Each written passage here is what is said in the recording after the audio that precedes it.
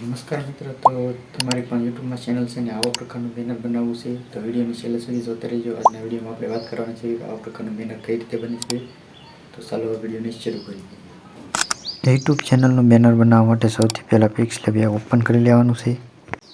પિક્સલેબ open કરો એટલે અહીંયા ટેક્સ લખેલા આવે છે એના ઉપર ક્લિક કરીને ડિલીટ કરી દેવાનું છે.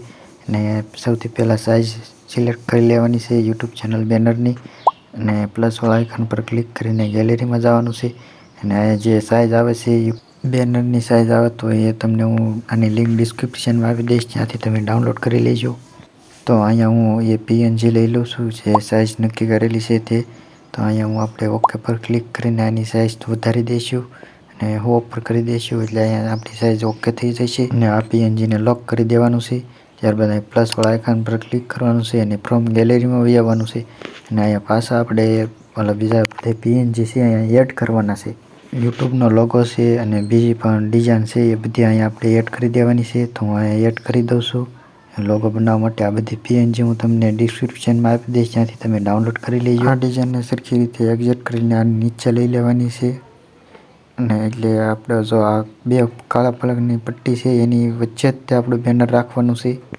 ત્યારબાદ આને પણ લોક કરી દેવાનું છે. અને પાછું અહીંયા પ્લસવાળો આઇકન દેખાય એના પર ક્લિક કરીને ગેલેરીમાંથી પાછા એ PNG લઈ લેવાના છે. તો આપણે ફટાફટ એ PNG અહીંયા એડ કરી દઈએ.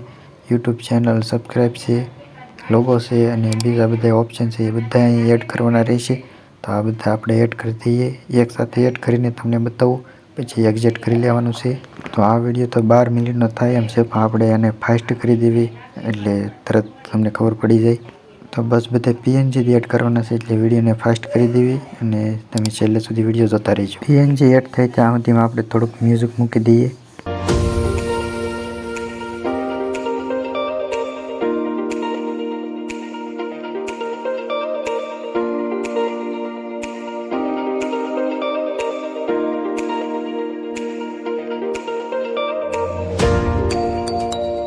PNG એડ થઈ જાય એટલે અહીંથી એક શેપ નામનો ઓપ્શન આવશે, એના પર ક્લિક કરીને શેપ લઈ લેવાનો છે અને એને સરખી રીતે આડો કરીને એક્ઝેટ કરી દેવાનો છે, અધવચ્ચે રાખવાનો છે અને તેને અહીંથી છેલ્લે લઈ લેવાનો છે હાવ નીચે, એટલે આ બધાની નીચે વયો જશે. ઓવરલે કરી લેવાનો છે. હવે આ બધા PNG છે અને આપણે ઉપર ક્લિક કરીને બધા એક PNGને લોક કરી દેવાનો છે, જેથી કરીને એ આડા અળી ન થઈ જાય. લોક કરીને પછી અહીં ફ્રોમ ગેલેરીમાં જવાનું છે ને આપણે લોગો એડ કરવાનો છે. એટલે સૌથી પહેલાં ચક્કર એડ કરી દઈશું, તેને સરખી રીતે ક્રોપ કરી દેવાનો છે. અહીંયા ગોળ રાઉન્ડ પર ક્લિક કરીને ગોળ એક્ઝેટ કરી લેવાનો છે, એટલે આપણે આને ઇમેજ ન કરવો પડે. હવે જે આ ફ્રેમ છે તેને આપણે લોગો મૂકવાનો છે, જ્યાં વચ્ચે લઈ લેવાની છે અને હાવ નાની એવી કરી નાખવાની છે. અહીંયા એક્ઝેટ કરી લેવાની છે સરખી રીતે. બસ એટલું થઈ જાય એટલે તમારે જે ચેનલમાં લોગો હોય અથવા તમારે જે મૂકવો હોય તે ફોટો અહીંયા સિલેક્ટ કરી લેવાનો છે. ફોટો લઈ લેવાનો છે. ભલે તમારી પાસે ગોળ લોગો ન હોય, ચોરસ હોય તો પણ ચાલશે. આપણે એને ગોળ કરી નાખવાનો છે. અહીંયા ખૂણામાં જે ગોળ આઇકન દેખાય એના ઉપર ક્લિક કરીને સરખી રીતે કરી રાખવાનું છે, એટલે આપણો લોગો બનીને રેડી થઈ જશે. અને અહીંયા આને પણ હાવ નાની સાઇઝ કરીને આની નીચે મૂકી દેવાનો છે. લોગો બની જાય એટલે અહીંયા થોડુંક સાઈડમાં સ્ક્રોલ કરવાનું છે ફોટાને ટચ કરીને, અને અહીંયા જે સ્ટ્રોંગ બતાવશે એના ઉપર ક્લિક કરીને બ્લેક કલર અથવા વ્હાઇટ કલર સિલેક્ટ કરી લેવાનો છે અને થોડુંક એને વધારી દેવાની છે સાઈઝ.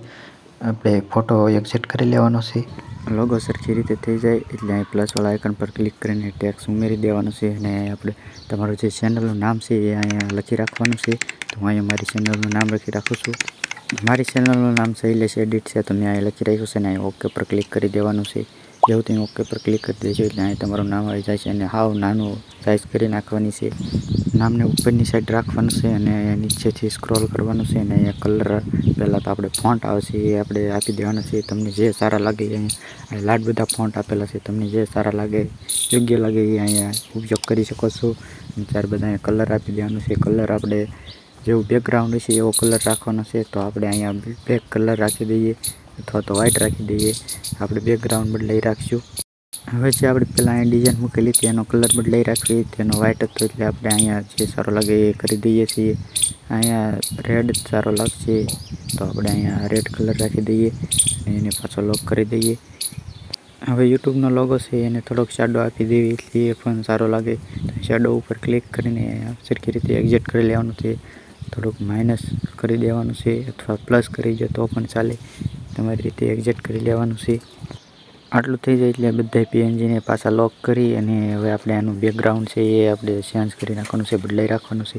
તો અહીંયા નીચે આવી જવાનું છે અને એ કલર દેખાય એના પર ક્લિક કરીને તમને જે કલર સારો લાગે એ અહીંયા બેકગ્રાઉન્ડમાં રાખી શકો છો. તો અહીંયા બેકગ્રાઉન્ડમાં બ્લેક કલર બહુ સારો લાગશે તો એ આપણે અહીંયા રાખી દઈએ.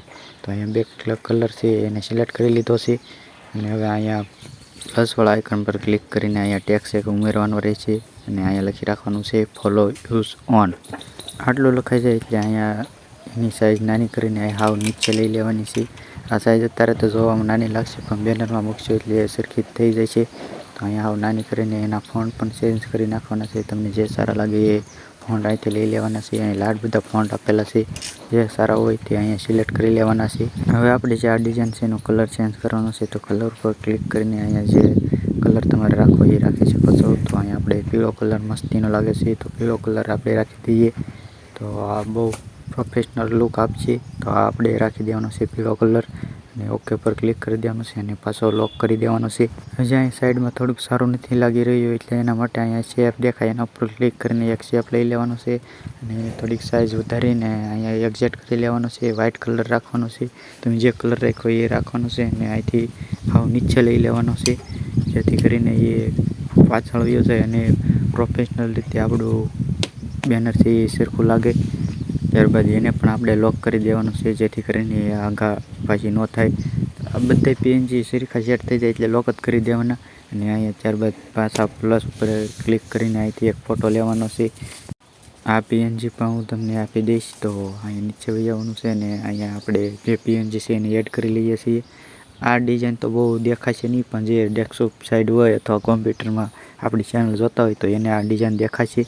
આપણા મોબાઈલમાં નહીં દેખાય, ડેસ્કટોપ સાઈડ હોય તો એમાં દેખાશે. આ હેરા ઉપર એક ઓપ્શન દેખાનો ઉપર ક્લિક કરીને આ સેવ કરી લેવાનું છે અને સેવ ટુ ગેલેરી કરી લેવાનો છે. એટલે આપણું અહીંયા બેનર બનીને રેડી થઈ ગયું છે અને એડ આવીને કટ કરી દેવાની છે એટલે આ બેનર મસ્તીનું બની જશે. હવે તમને યુટ્યુબમાં મૂકીને દેખાડું. તો સિમ્પલ અહીંયા યુટ્યુબના લોગો ઉપર ક્લિક કરવાનું છે અને યુટ્યુબમાં આવી જવાનું છે. અહીંયા લોગો દેખાયના ઉપર ક્લિક કરવાનું છે અને અહીંયા તમારા ફોટો ઉપર ક્લિક કરશો એટલે આવા પ્રકારનું ઇન્ટરફેસ આવી જશે. અહીંયા પેન્સિલ પર ક્લિક કરી દેવાનું છે અને વાસા અહીંયા ફોટો દેખાય એના ઉપર ક્લિક કરી દેવાનું છે બેનર ઉપર. અને અહીંયા આપણે જે બેનર બનાવ્યું હતું, ડાઉનલોડ કર્યું હતું એને સિલેક્ટ કરી લેવાનું છે અને હાવ નાનું કરી નાખવાનું છે અને સેવ ઉપર ક્લિક કરી દેવાનું છે. આપણે તો નથી કરવાનું, આ આપણે તો બીજું મૂકેલું જ છે ઓલરેડી એટલે તમે સેવ કરી લેજો એટલે તમારું બેનર અહીંયા રેડી થઈ જાય છે.